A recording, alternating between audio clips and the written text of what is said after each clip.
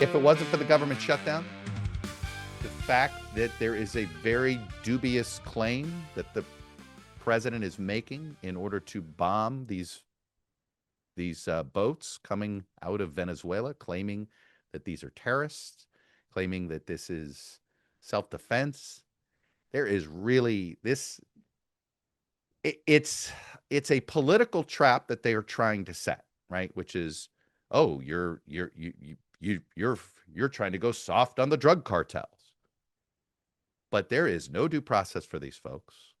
These clearly look to be illegal. These clearly look to be unconstitutional. These definitely seem extrajudicial. But here's the more important thing. Even if the Trump administration finds a way to thread this where they can claim some legality to it, because they've designated these cartels as terrorist organizations, which in and of itself is sort of a very subjective process. And that they can somehow make the rhetorical case that these drugs that are being brought in are killing our citizens. So it's certainly unpopular, right, what these cartels are doing. But the example we're setting, right? When you see a guy like Bukele in El Salvador, when you see a guy like Erdogan, when you see, frankly, when we're the United States of America, and when we don't behave in small d democratic ways, when we don't essentially when we don't treat everybody in the world the same way we're supposed to treat our own citizens, things like due process, search and seizure. Because I just want a simple explanation. Why haven't we boarded any of these boats? Wouldn't we learn a hell of a lot more information about what these cartels are up to by actually boarding these boats, arresting these folks, seizing the product, learning a hell of a lot more about how all of this works, about how the routes work, about how the business works? Just sort of, showing off. I mean, it's just sort of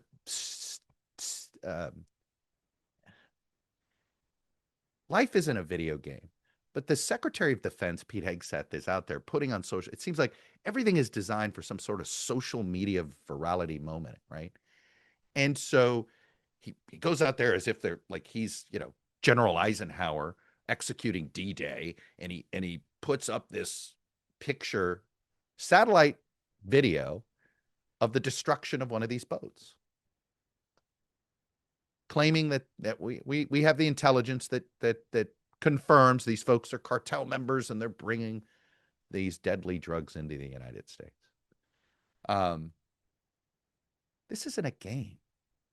And what we're doing is we're giving a moral permission slip to thugs and dictators around the world, wannabe thugs, wannabe dictators. And we're behaving no differently than what Europe is saying the way Putin is behaving right now in Eastern Europe. So this is appalling. I am sorry that there is not more attention to this. I know politically this isn't easy because, it is our Constitution, all of our rights, all of laws are done to protect sometimes some morally questionable people. Okay? But that's the whole point of our Constitution. It's the whole point of our system. Innocent until proven guilty.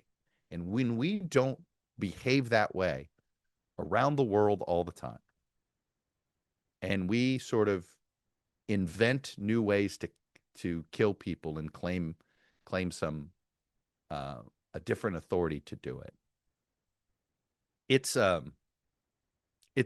not going to help us have any sort of influence.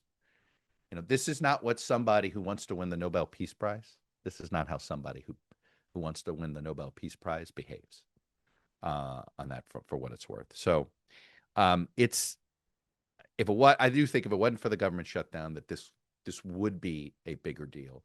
But you also have, this is what happens when the legislative branch isn't acting as a check. This is an important moment for the Congress to be acting as a check.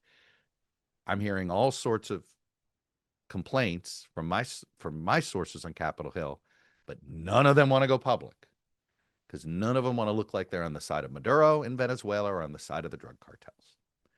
But the fact of the matter is, every part of this policy is arguably unconstitutional. Every single thing that they've done so far is unconstitutional. And there has not been any serious attempt to do oversight on this, to check into this. Zero, zip, zilch. There's a reason results matter more than promises. Just like there's a reason Morgan & Morgan has become America's largest injury law firm. For the last 35 years, they've recovered $25 billion for more than 500,000 clients. It includes cases where insurance companies offered next to nothing, short of shortchanging, seeing if they could get away with it.